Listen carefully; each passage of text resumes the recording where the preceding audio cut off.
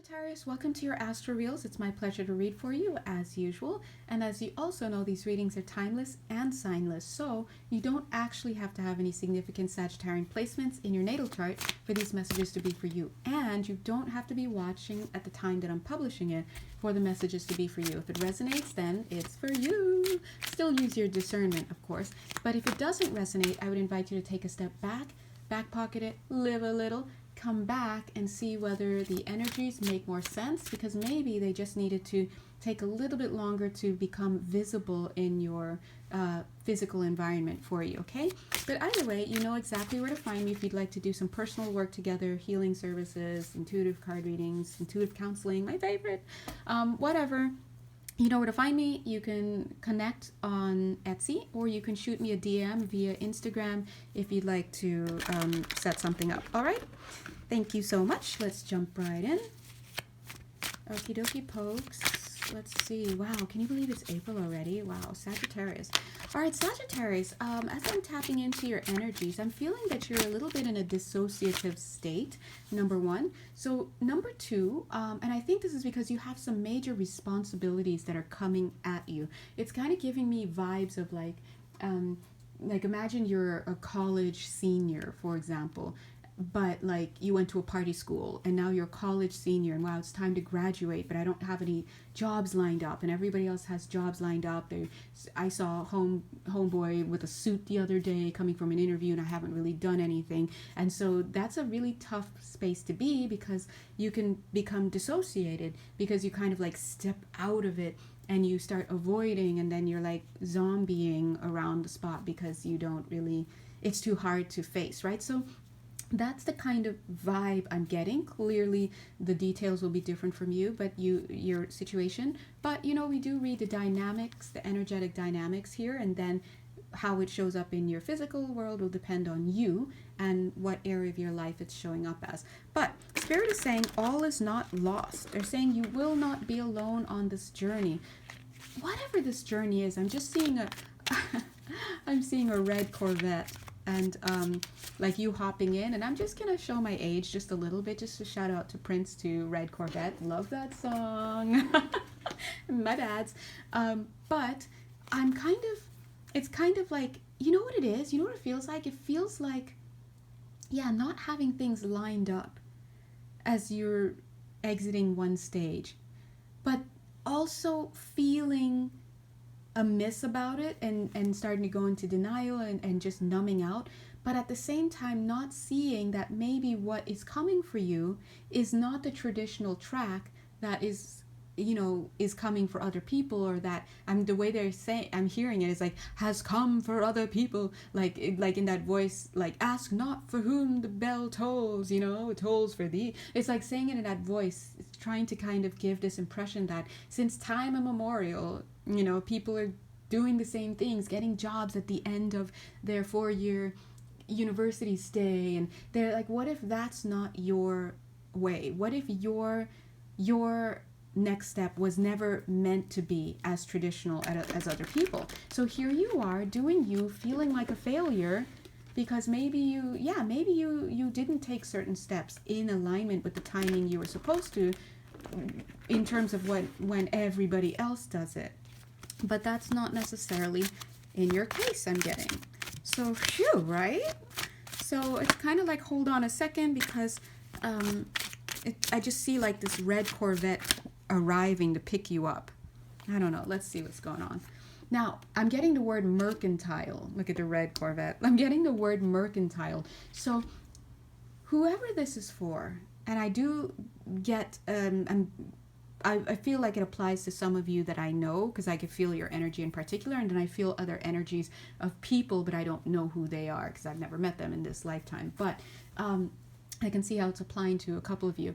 But I feel that this is what's going to open up for you, whoever you are, is not something traditional, like I said, that you were expecting. It's going to be something entrepreneurial, like maybe joining a group. Here we have this Three of Cups here. Like maybe you're going to start some type of group or be invited to some type of group to do something. For somebody here, I see making tinctures, and like it's giving me an apothecary vibe. So for somebody here, maybe you may be asked to join some trio is what I'm getting, some type of group, and maybe you'll be doing herbalism or something like that. Obviously that's not everybody. For somebody here, I see there's a music group that may start off as 3 but then turn into 2 because one of you falls by the wayside because of substance abuse. That's very specific, clearly.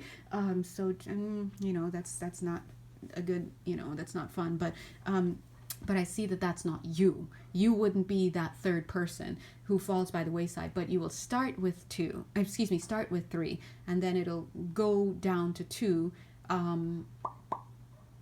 I don't know, I'm getting the month of March. So I don't know if you start with 3 and then by the month of March you go down to 2. But anyway, clearly we passed March. So remember, I don't know who's going to watch this at what time, because that's how Spirit works. They direct people to videos, right? So we're just going to go with that. March coming up. Yeah, I'm getting this is about making magic. So when this red Corvette of a situation shows up. That's again, they gave me a sign for something. That's great, yeah. When this red Corvette situation shows up, whatever it is for you, I think that it's going to be like magic. There's going to be magic made with it. So it'll be like, oh, this fits. This is what it was all about. And things are just going to start locking into place by October, maybe even around October is what I'm getting for some of you here. And they're saying... I just heard, and you don't even have to wear a monkey suit. So somebody here does not want to wear professional clothing, and they're saying you don't have to do that. And whoever that is for, I think you're going to have to pitch your idea.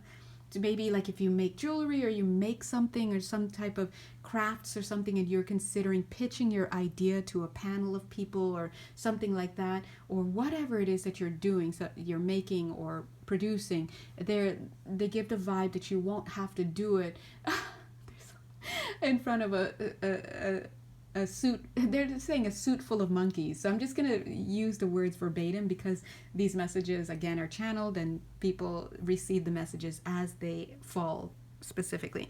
Okay, but they're saying that the reason why you're probably not seeing these puzzle pieces coming together or touching each other at all, or even giving you the idea that, oh my God, I'm part of a puzzle here and I need to chill out and just do my thing and love myself, is because there are choices. And not even choices, like different parts of the puzzle. If we're already talking about collaboration, why would you think that every slow up or every delay or every misstep or just whatever or falling through has something to do with you? Sometimes it's about the other people that are involved that you're waiting for. For somebody here, interestingly, I see somebody here has to get baptized first. It's not you the viewer, although for somebody here it could be you the viewer, but I'm getting in the group, the trio, there's a trio, somebody here has to get baptized in some way. And when we're talking about baptism, I guess at the energetic level, the way I feel it, it's almost like an initiation of some sort. And I say the way I feel it because there's nuance to what I feel when I feel into the energy. So much nuance that things like, initiation, anointment, baptism, those words, for example, would feel differently because I'm interpreting. I'm an interpreter, right? It feels differently. Also words that feel different. Witch, warlock, sorcerer, priestess, all of these have a different energetic frequency that has a nuance that would lead me to say one word over the other. So when I say baptism, please do not go straight to religious stuff, or also always remember any terms that I use that are coming through. Yeah, in general, just receive it, but then allow it to make itself known to you, because when I'm receiving it, it's carrying a certain frequency, and that aligns. I just select the word that aligns most with it, and then obviously it's coming from something higher than me, another perspective, right? And so I receive it, I give it to you as is, and then when I take it for myself, I allow it to tell me what it means, and I invite you to do the same as well. So that's that baptism energy. It's like a frequency. I don't really know how to explain that beyond that. Yeah, look at this. So let's talk about this. Let's talk about it. I'm getting the justice energy coming through with the Seven of Swords, and I'm feeling, it gives me a good feeling. It's like a rush of energy, like a rush of energy coming back. Like I'm in your field, so I'm you. I'm getting a rush of energy coming back to me, to you, kind of saying, you know what? Remember that thing that you thought was like you thought you were getting an unfavorable decision about, something was going to be working against you, something was falling out and you were going to lose something, or whatever this was, or you were in the wrong. They're saying that was not the case. So I feel that you're going to not only get a release, I'm getting some world energy cards, the world card energy here, like an ending, moving out of something altogether. I'm getting it. Once you move out of that stuff, it's almost like moving out of a bubble and then taking off your jacket and then walking off, and nothing that you had going on while you were in that bubble is still on you. It had nothing to do with you. This is what I'm getting. And this is a beautiful thing, because sometimes when we're in certain bubbles, whether they're relationships with certain people, living situations with certain people, dare I say it, even offices with certain people, like you share a workspace, even like a cohort for a school, whatever grouping, when you're with other people, you guys are under a collective mantle. Even though you're living individual lives and coming from different standpoints and have your own energy frequencies, there is still a collective energy that's present. And once you leave that frequency, and I'm getting for some, I'm getting here, once you leave that generation, so there's a generation reference here. I don't know, that's for somebody, how that falls for you, but once you leave it, it's either you're going to continue to feel that where you go, because guess what? It was about you. You were the problem. I'm just kidding. Or you're not going to feel it anymore, and you're going to be like, whoa, what did I just get out of? And the reason why this is an important distinction to make here is because we're out here feeling bad about ourselves. Right, Sag? We talked about this at the beginning, where you were feeling bad about yourself, feeling like you weren't, you weren't on the right side of history, that you weren't prepared, that you weren't doing a good job, that you weren't, competent, whatever it is, that you were late, that you were, dare I say it, a loser, right? We all have those thoughts, right? But as we see the chips falling here, that's not the case. It is a matter of space. It's a matter of location. This is very specific for somebody, but when I said a matter of space, a message came through on that frequency space to say that for somebody here, you have been living a frequency that was very much in alignment with a past life frequency, and it feels like an off-planet lifetime that's coming through. All right, so sometimes people are out here living lives that they think are just really about this lifetime, but no, you brought in energies with you that need to be resolved. Very quick example: if you're super sweetly running a daycare center, super cute, I wish guys playing with young kids, oh my god, anyway, that's another lifetime for me, I guess. But anyway, let's say that you're running a nursery here, oh, even cuter, but like you expect there's a certain demeanor to have when you're running a nursery, right? But what if you're running a nursery like a militant person, right? And people are like, wow, this person's running, you may even hear people say, wow, you really run a tight ship here. And maybe you could just switch it out for a barracks or something. And then when we look in your energy field, we're like, oh yeah, we see that you have some very strong military lifetimes that are active right now. And right now in this lifetime, you have to do some healing around that. And of course, that could be any type of healing that we'd flesh out.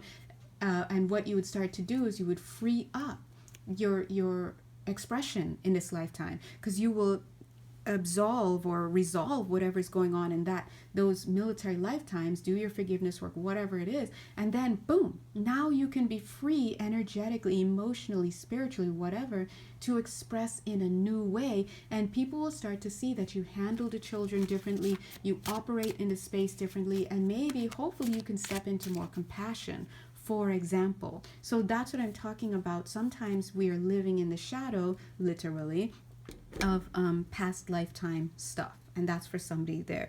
So wherever you find yourself today, dear viewer, just know that you're going into something much better. Wait for the red Corvette. It's coming in. You're not a horrible person. It's not all you. It's just a matter of where you are.